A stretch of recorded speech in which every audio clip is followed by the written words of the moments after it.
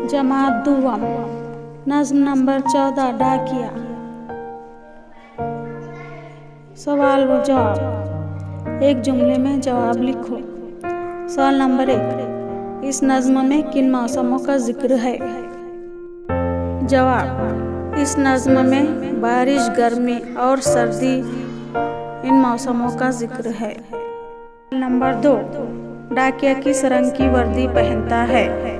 जवाब, डाकिया खाकी रंग की वर्दी पहनता है। नंबर 3, डाकिया का थैला कहाँ लटका होता है? जवाब, डाकिये का थैला कंधे पर लटका होता है। सवाल नंबर 4, डाकिया घर घर क्यों जाता है? जवाब, डाकिया खत पहुँचाने घर घर जाता है। सवाल नंबर 5, सब लोग कब खुश होते हैं?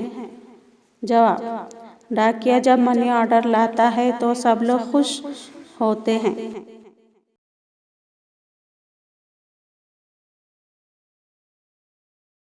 दिए हुए लफ्ज़ों के आखिर में दान लगाकर नया लफ्ज़ बनाओ, जैसे पान दान, मसावी पानदान, गुल दान, गुलदान, रोशन दान, रोशनदान, खलम दान, खलमदान।